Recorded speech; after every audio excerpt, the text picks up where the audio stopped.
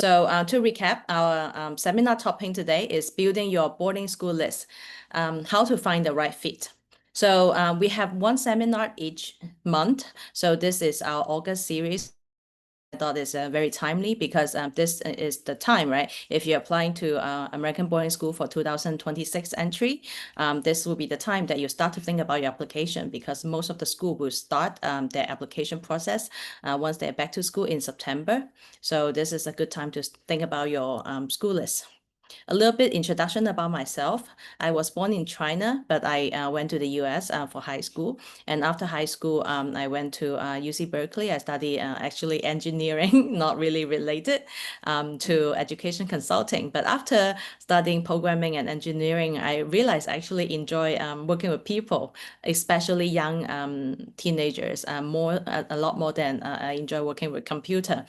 So when I was in uni, actually, I was already helping out with the admission department. I was already helping out to tutoring, being a teacher assistant. So that's how my interest in education started. So specifically in admission consulting, I started working in this field in 2009. So it has been 16 years and I visited a lot of boarding schools because boarding school is a different animal, right? So I think a lot of parents, they are more familiar with university, with master's degree program, MBA, right? For those, you can find a lot more information online and a lot of people have the relevant experience. But boarding school is kind of like a small world. It's very niche. So you don't really get a full impression from the website, but you get a lot more better idea when you actually personally visit the school. So some of the schools I've visited maybe 20 times myself over the years, right? And I also have students apply to those schools, getting admitted to those schools. A lot of them graduated from those schools, and I see how the school helped them to be more successful, not only in the high school or middle school years, but also beyond that in university. I think the first batch of my students almost 30 years old now. So getting married, have their own kids, thinking about boarding school for their own kids. So it's pretty amazing. So I very much enjoy working in this field and it's work that gives us a positive energy every day. So in 2023, I relocated to Singapore and then co-founded Sesameed Education. So I'm very happy to kind of bring my 16 years of experience in boarding school admission consulting and to share with you a very timely topic about how to choose your fit in school list. So just a quick outline in terms of what we'll talk about today. So first we'll explain why the right fit is important. Then we talk about the three pillars of the right fit, academics, personal development, and community. Then we talk about more strategies, right? How to balance the list, how do you find information, and some common pitfalls to avoid. So we'll dive right into it because I know everybody is busy. So I'll dive right into it. So why is the right fit important, right? A lot of times when the parents or clients come to us, they will first say, oh, I hear from my friend, this school, right? I think a lot of times they will mention Cho, St. Paul, Exeter, Andover. Most people, they when they get into knowing boarding schools, they know about the big names. But yes, some students are perfect fit for those bigger schools, right? Well-known schools. But some students, maybe they can benefit from a smaller environment. Some students, maybe they have a different learning need than other kids. So I always want to remind the parents, it's good that you come in prepare, you hear from your friends, your neighbors, your cousins, XYZ school is good, but school with a bigger name does not necessarily make it the best fit for your student. So I think that's something that we need to think about. Right. So a perfect school for your cousin might not be the same for a perfect school for your own kids. And when we talk about fit, right, there are a few things that we talk about just now. We mentioned, right, academics, social, cultural, personal factors. So every student's need is different in this area. So that's why we really want to not only consider the school, but consider the school and our own situation and where we want to be and how to make a match between the two ends. Why is environment important, right?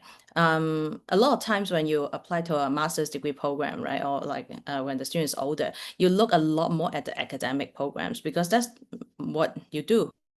over there, right? You go there to study, to train your mind. But boarding school actually is very different. The environment is very important. Academic account for at most 30% of your experience, because you're not only studying there, you also live there, you also eat there, you exercise there.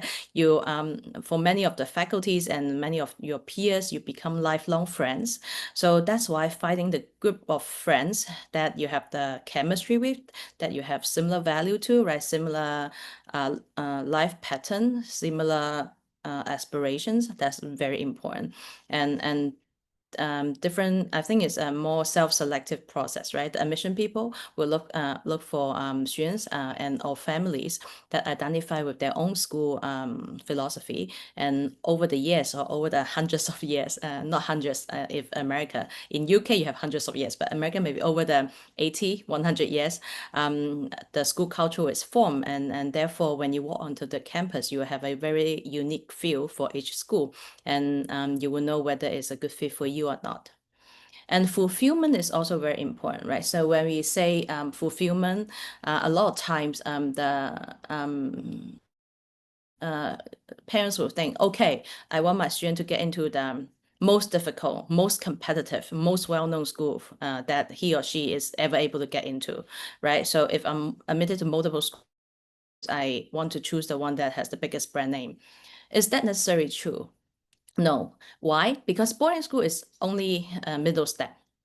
We want to go to boarding school because in the short term, we want to go to a good university. Longer term, we want to have good character, right? We want to have good study habits. We want to have a good mindset so that we can be successful in life. So boarding school is really setting the foundation for a teenager going into adulthood. So sometimes, right, even if you're very lucky, you get into a very supposedly top boarding school, but maybe it's not as easy for you to be successful there. Maybe that is known as a pressure cooker. Maybe it's too much emphasis on sports for some school, or maybe it's too much emphasis on socializing. You have a dance every weekend, right? So might not be a good fit for everyone. So that's why you find the environment that you like, that you fit, and you can thrive in. And why is that important? Not only that you will be more successful, but when you are successful and well situated, you are more confident. When you're more confident, that leads to more success on the road. So that's why I think nowadays, I think a lot of parents know that our teenagers are under a lot of pressure. There's a lot of them need counseling and help and therapy, right? So I think all the more is very important. If this is the first time they're living home and stepping out of the home and trying to live on their own independently, then it's very important for us to be able to choose the environment that they feel comfortable and safe and confident in. So that's that, but I'll go into more details in the technicals. Okay, so as promised, we have the 3 pillars. So I'll go more into academics first.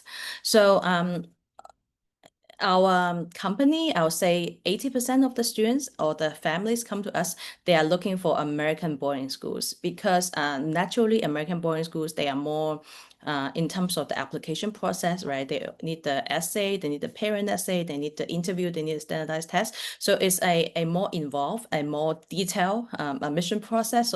So naturally people will tend to look for consultants help more when they are applying to American boarding schools. But we do have students that apply to, let's say, Swiss boarding schools, Canadian boarding schools, UK boarding schools.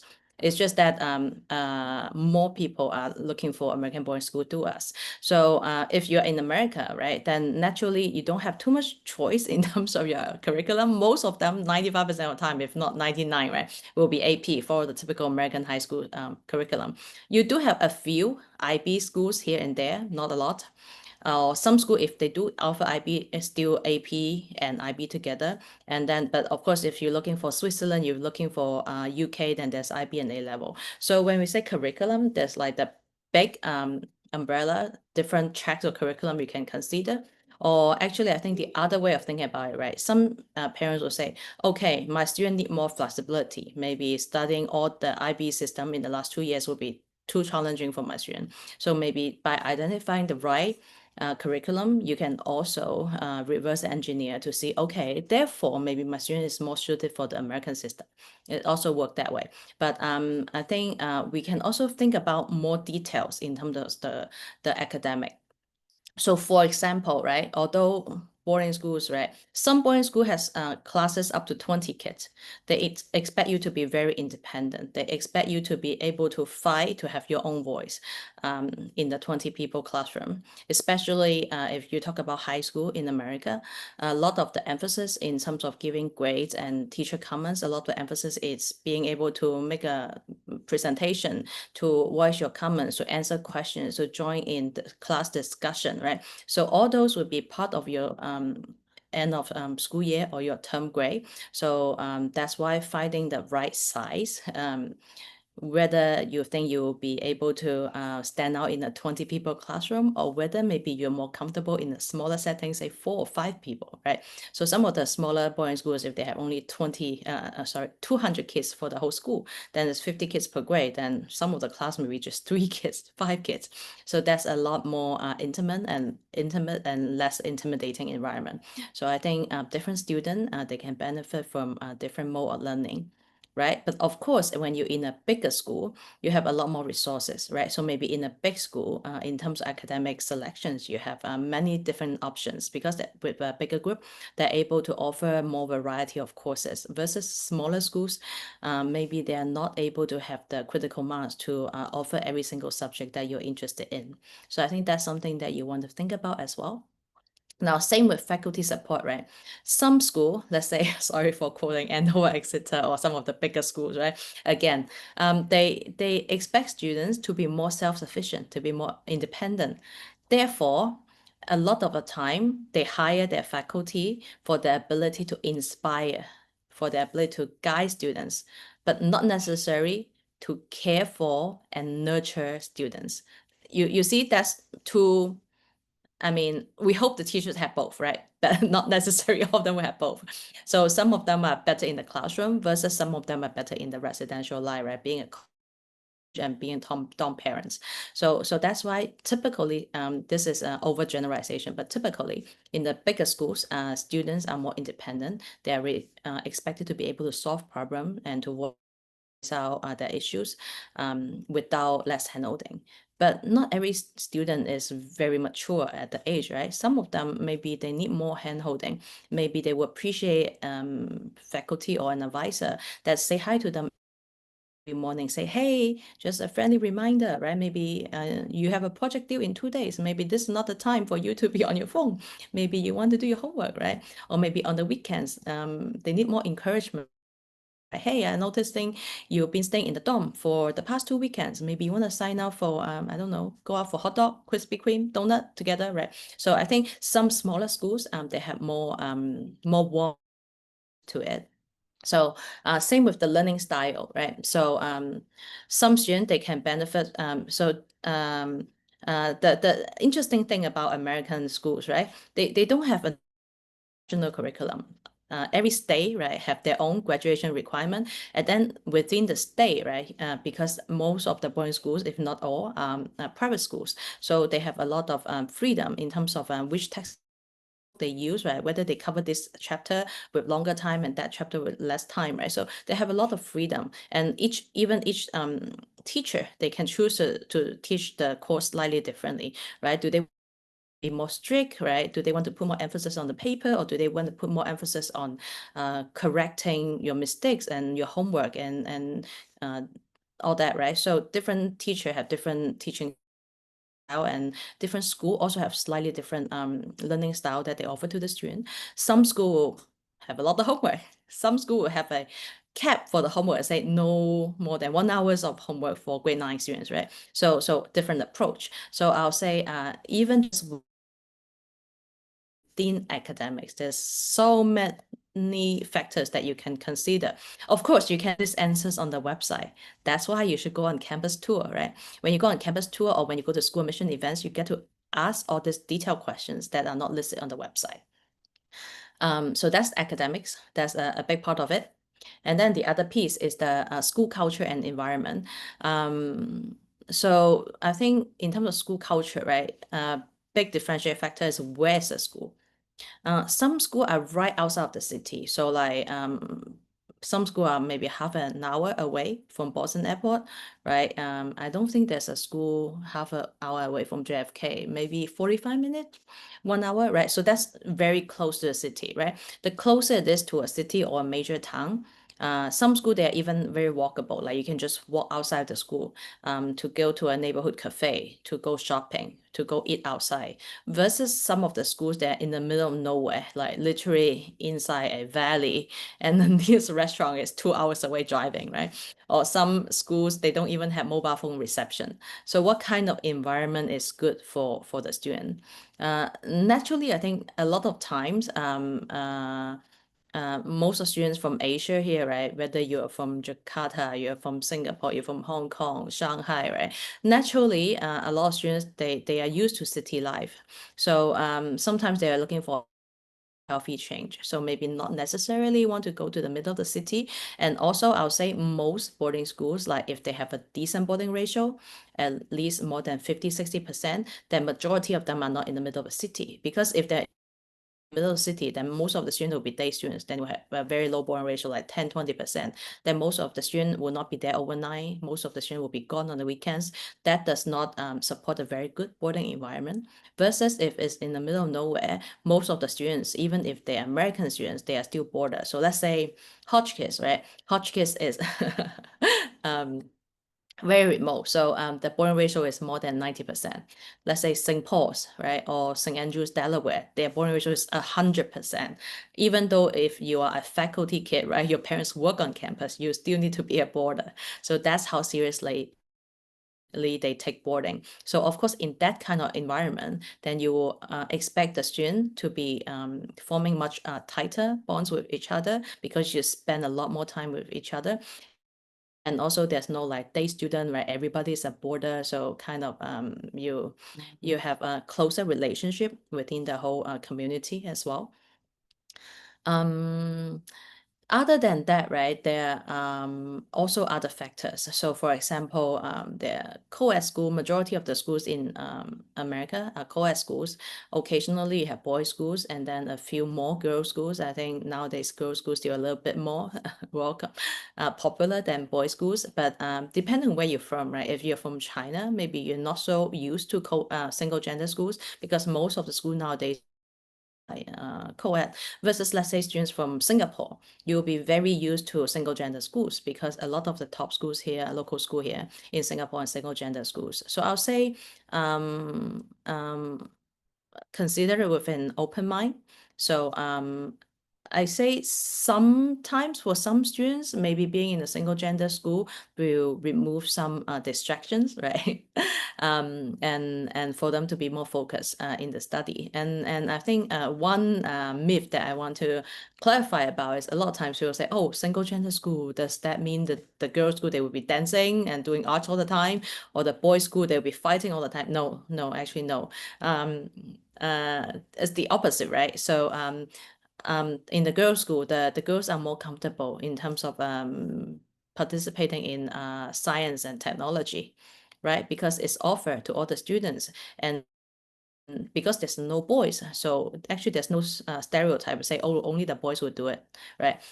Versus same thing, the other flip side of the coin, right?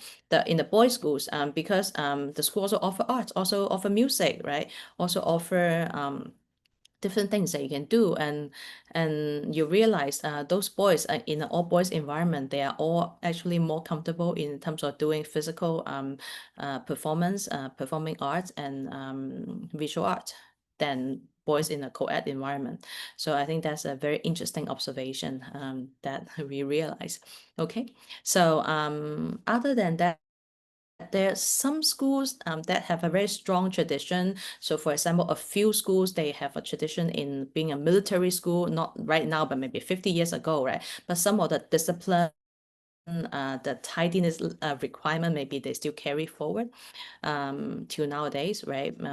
So some schools, maybe they have a religious background, although nowadays they are not affiliated strictly with any religion, but maybe they still expect you to go to chapel. They some of them even have mass on the weekend. So I think those are all part of the education, because again, in a boarding school, you're not only training your brain, right? You're also getting character development. You're also getting personality, grooming, and all that. So I'll say those are actually a very important pillar. So that's why you notice, right, in our graph, that is actually put in the middle, right? Academic is not put in the middle. The school culture and environment is, if at all, the most important piece here.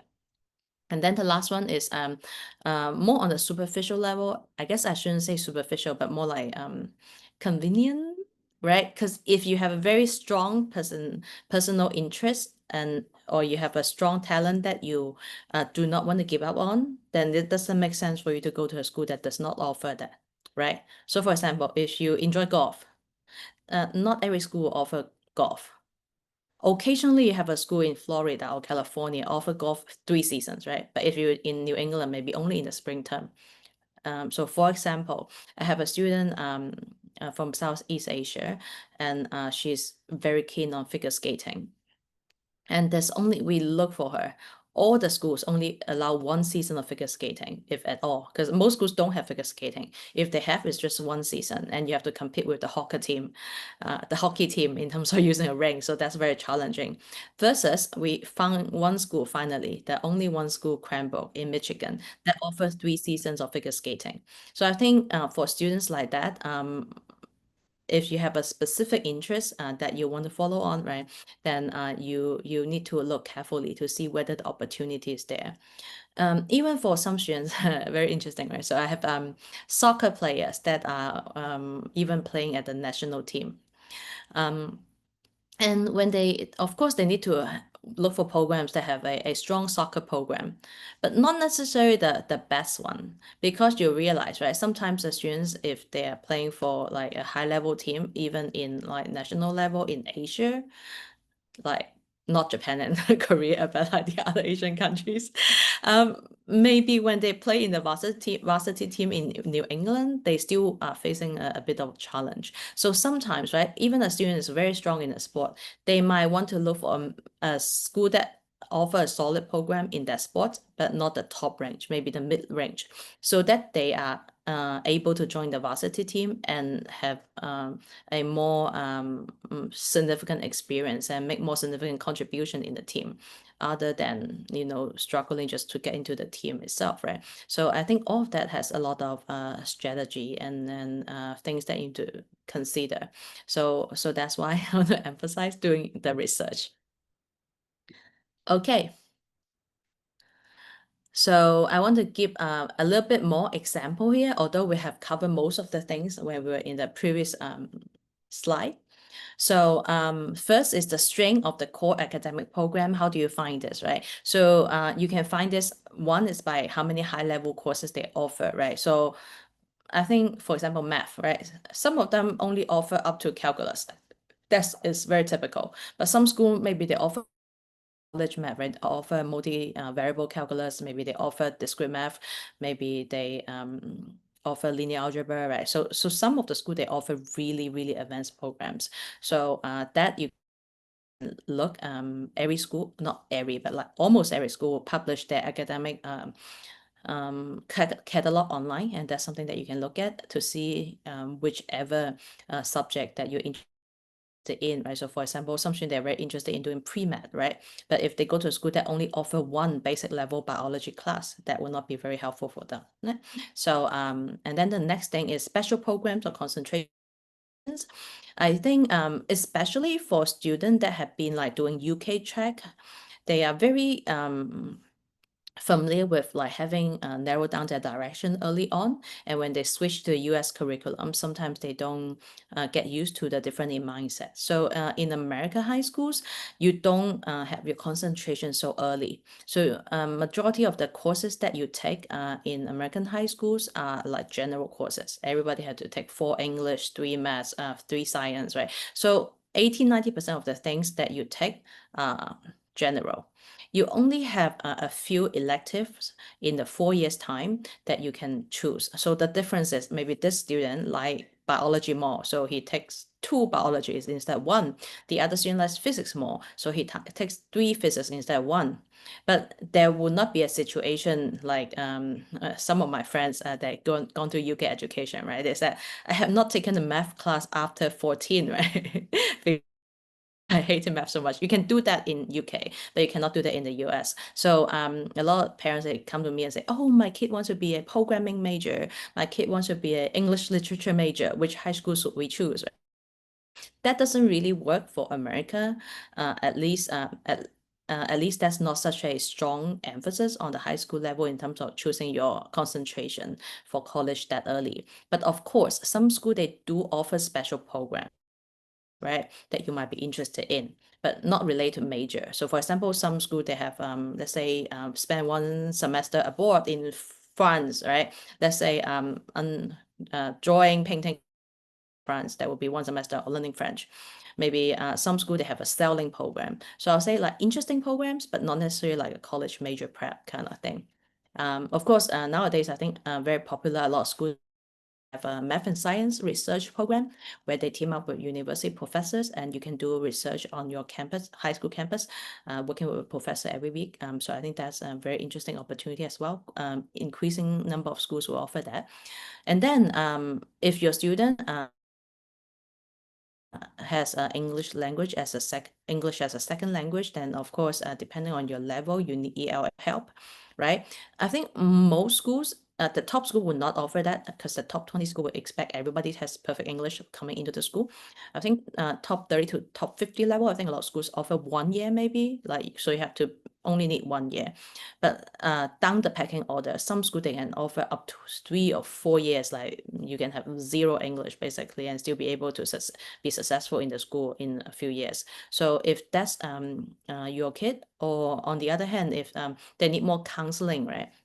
I think if you have a mild case learning difference, or need more individual attention, but not so much that you need to go to a specialized school, then that is something that also some school be more able to support, let's say mild ADHD, that kind of thing. So that is a more in-depth discussion that you need to have the conversation with the mission program or the academic office to learn more about, to see what's good, what kind of level support they can give to the student.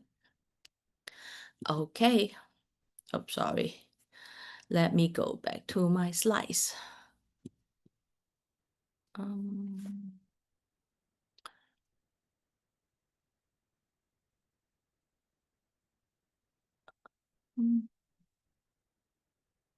Okay, this one, sorry. Okay. All right. So next one is extracurricular. We were talking about it a little bit already. So when you look at athletics, not only what sports they offer, but also like what levels, right? Some schools have 3 levels or even 4 levels of soccer team, versus some school don't offer it at all, right? Arts is a bit more specific, especially if you play instrument at a very high level, right? Then maybe, let's say if I have a student that plays the violin at a very high level, and the school's own music teacher is not able to support that, then maybe they need to live in a place, go to a school that is within driving distance from New York or Boston, so that every week we can hire a private teacher to go to campus to teach them, for example. So yeah. What else? Yeah, there's some other signature programs, right? So for example, entrepreneurial robotics, or some schools are very known for their horse riding program, outdoor program. So yeah, I encourage students to look at those opportunities. One is to kind of utilize the skill and the experience that you already have, right? If your skills and experience closely match what the school offer and what the school is looking for, then naturally it will give you an upper hand in the mission. Let's say if you're very good in debate, but the school that you apply to doesn't have a debate team, not only would they say, oh, it's such a pity, right? I appreciate that you enjoy debate, but we do not have a debate team, right? So maybe it would not be the best use of your time to come to our school, because you don't get to develop your hobby. So yeah, so I think that is a very important, unless your hobby is like basketball, right? Tennis. I think almost 99% of the school we have. Otherwise, if it's a more specific hobby, then I think we need to see what are the best match. Community and location, we talk about location a bit. We could talk about day and boarding ratio. To give everybody a sense, what is a big school, what is a small school, right? If we're talking about American boarding school, the mid size is 400, right? So if you're 300 to 500, you are like mid size. If you're smaller than 300, you are considered small. Some school are even like 150. That's like some of the smaller girls schools, 150. That's like very, very small. Versus if you have your bigger schools, right, more than 600. Basically, why they like the size should be 400, because they think if 400, then each grade is 100. So that's like the maximum size you can have, like kind of still getting to know everybody. If bigger than that, more than 100 people in your grade, is really very difficult for you to get to know everybody in your grade. So that's the logic behind. I'm not sure how true it is, but that's the logic. So the bigger schools, like we said, some of them like even 1,000, right? So that you have less individual attention, but you have a lot more variety in terms of academic programs, in terms of your activities, in terms of weekend activities, so a lot more choices. So we'll see what kind of level challenge the students is up to, right? Oh, and the other thing, right? Like we are talking about some schools, they are within walking distance to a little town, to a community, to a cafe, right? Some parents want that, right? They think, okay, my kid is mature enough, right? I trust that they will not run away. I trust that they will not get in touch with substance that they should not touch, right? I trust that they can make good judgment. So they were like, I want them to have a bigger community, a bigger canvas than just the four walls of the campus, right? But some parents, they will be like, I'm sending them to boarding school exactly because I want them to stay away from the distraction of the city. So I want a closed campus, right? I want somewhere that's not walkable, right? So yeah, it's a family decision that we can also discuss with you. Other than that, I think most of the students, they are very open-minded in the climate, but of course, right, if you are a skier, you want to ski competitively, you're not going to Florida. I guess you could, but it would not be the best choice, right? So if you want to swim, on the other hand, right, you're not going to, I don't know, Vermont, because it will be less opportunity for you to swim. So I think climate consideration have a lot to do with sports, and occasionally some students, they have allergy issues, skin issue, whatever. That's something that we can discuss, because US is a big country and there's different climate. Okay, so we are done with half of our presentation today. I will need to speed up, but I want to take this time to introduce Sesameed. That's our company. What we do is we help students to their admission journey to boarding schools as well as universities. So a lot of times what we long term, because we really get to know them and get to know family, get to know student and see them grow up. So naturally, some students, we help them to apply to junior boarding schools and then to high schools and then to university. So it's a very long-term relationship. We don't have a lot of students, so we really value this intimate relationship and seeing them grow and trying to support them and find the best environment for their growth. So that's something that we do. So if you need help with your school list or anything else, you have any questions, feel free to just drop us a message, or you can schedule a free initial consultation with your family as well. Okay, so now we know all the technicals, right? Or the background at least, well, some basic knowledge. How do we approach this? So this will be what a typical school list look like. So you have your rich school, your target school, your safety school. So first, you don't apply to only one school. Some students do, very extreme circumstances, but most of the time you do not. Our student, I'll say the least will apply to 46 students, 4 to 6 schools. On the higher end, we have students that apply to 12 to 15 schools, right? So I can explain a little bit why, right? So your rich school basically is the ones that you really need to jump up really high. You need to work very hard, right? The school that's beyond your current level, right? So maybe you're having a B average, then maybe your school will be schools that expect you to get all A's, right? So these are the schools that you really want to go to. We encourage students to dream, right? So, depending on the situation. So we definitely don't encourage all your school lists to be rich schools, but you should set high bars for yourself if you're going this boarding school application journey, which is very involve a lot of work, a lot of hard work, and a lot of resources, financial time investment, right? And from both the student and the family. So I'll say I need to approach this with an open mind. So we hope that you have a high target for yourself. So rich schools, target school, this actually school that you have a decent chance to get in based on your current situation, your credentials. So your academic, right? Your school report, your teacher comments, your interviewing skills, your maturity, your extracurricular talents, right? So this schools that's a good match to your current level, maybe slightly a slight challenge to you, but not too much, right? And then your safety school, right? So your safety school basically is your schools that you feel like you are very comfortable to get into. Of course, still you want them to be good schools that can provide you decent, a strong enough education, right? Otherwise, might as well stay in your current school. But your safety school need to be easier to get into.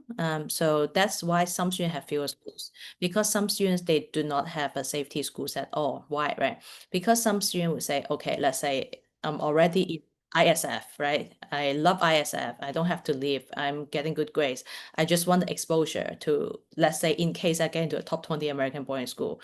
Otherwise, I'll stay in Hong Kong, stay in ISF, right? If I'm in UWC in Singapore, I'm very happy. SAS, I'm very happy. I'm doing very well. I'm the top of the class. I'm looking for more challenge. So I'm only applying to Exeter Andover. If I'm not getting in, then I'll in SAS, right? So there's always a few kids like that, right? You don't need your safety school, you only going for the best, otherwise you just stay where you are. But some family, right? Let's say the family, I must leave Singapore now. The whole family is relocating. I have to go to a boarding school in America next year. I cannot afford to not get into a school, right? Then that, right? That's why some students have a longer list. So some students say, okay, I want a lot more rich school because I want to challenge myself. Some students will say, no, know where I am. I only need my target schools. No rich school, no safety school. I don't have so much time to do my application. Don't want to do so many interviews. Don't want to do so many essays. So I want to have a shorter list. So that's why different student, different situation, you can have different components making up your school list. But of course, right, that's the theory. But how do you know which school is a rich school for you, right? Because a safety school for one kid could be a rich school for the next kid.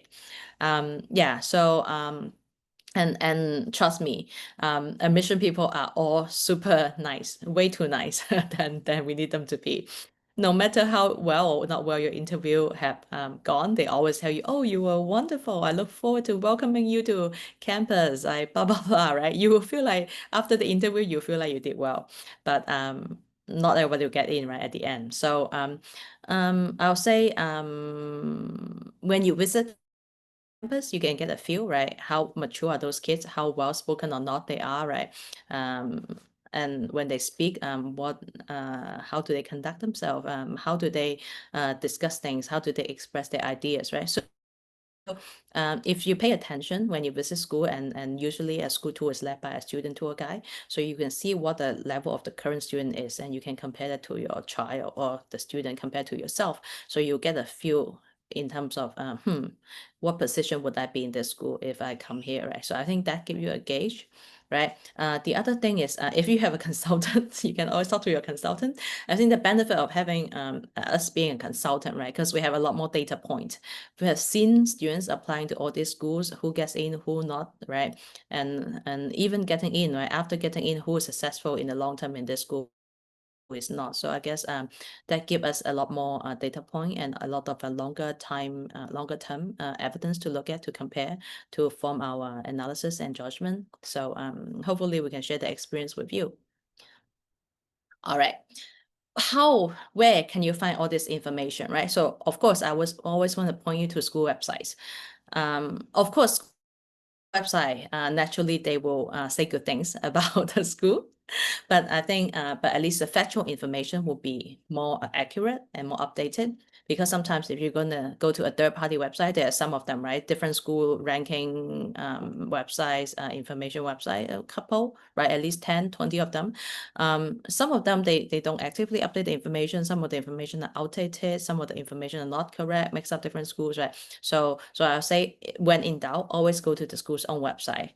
There's different schools with very similar names, right? St. George's, St. Stephen's, St. Mark's, St. Paul's, right? So pay attention, make sure you're going to the right website, the school with the right correct address. And then the good thing about post-COVID is you have a lot more virtual tours, right? So different virtual tours. Some of them are 3D, some of them it's a long form video with students like carrying a camera, walking through different parts of campus, interviewing different people so they can get a feel. So I'll say, yeah, definitely a virtual tour is a good thing to do. That is resources that was not available before COVID, but now we have abundance of those. So make good use of that. And also post-COVID, there are a lot more seminars. The school are a lot more active, right? Before they rely a lot more on, traveling, domestic or international traveling, having school fairs. Nowadays, they are spend a lot more time doing online sections. When they do online sections, not only the admission people are talking, a lot of time they invite the current students, they invite the alums, right? They invite different teachers. So you actually get a more balanced and in-depth experience from the online info section than just talking to one admission officer. Then, of course, right, there's the mission events. They come to this part of the world, come to Asia every year, typically between October to December. We also have a fair. We hope everybody will join us there. I'll give a little bit more detail later. And then you can talk to your neighbor, right? Whoever people that have introduced you to the wonderful world of boarding school. You can talk to them, hear their own experience. Although I must say, right, some people, if they graduated more than 10 years ago, maybe it will be less relevant because schools do change for better or for worse. So the more recent experience will be more relevant. So that's that. And don't trust ranking. I'm not going to name any websites, but I'll say anywhere between less than 50% to 80% accurate of their rankings, if there is a absolute accurate way at all. Because it's not like university, because like university, there's a methodology, right? At least, although you think fair or not, the scoring system, but at least like there is a transparent scoring system and how they think on ranking the schools. But for boarding school, it's quite difficult. Like some are very simple. Some lists they just go by the SAT score, which is calculated differently and published differently. There's no unified standard in each school. So and sometimes between the two different consecutive years of the same school, the score can go up 50 points or even 100 points, right? So not very helpful. Some websites try to do it the university way, right? They have a weighted score of different factors. Yeah, but I'll say you can use them as a benchmark, as a reference, but I don't think you can base your decision heavily on that. Okay, as promised, so that's our 2025 American Boarding School Fair. So as you can see on the date, October 25th in Singapore, and then we're going to Jakarta, Bangkok, KL, and Dubai. So I'm not sure which city you're in with us here. So mark your dates, and there is a link to register. If feel free to capture the screen, take notes. Otherwise, you have our colleagues' WhatsApp. Feel free to just contact them and then to register. We look forward to seeing you there because we work very hard. Actually, this is an effort on the boarding school side. A lot of them, they feel like Southeast Asian students are underrepresented. They have a lot of Korean kids, a lot of Chinese kids, but they eager to welcome more members from the Southeast Asia community. So that's why we are trying to kind of help them in terms of spreading the word, the good news of boarding school education in this part of the world. So we hope to see you in October and November. So we have gone through all this. I think common mistakes, we have touched upon some of them. I want to go to the second to the last point is don't forget to involve the student because ultimately it's the student's experience, it's their teenage years, it's their next 3 or 4 years, right? So I think that's very important. Financial aid, we did not discuss at all. But if financial aid is something that you want to consider, that also have a significant impact on your school list, depending on how much financial aid. First and foremost, some schools do not. They have a blanket statement, I do not offer financial aid to any international students. While some schools actually do offer international students financial aid. So if that's something that you can you're thinking about, feel free to discuss with us as well.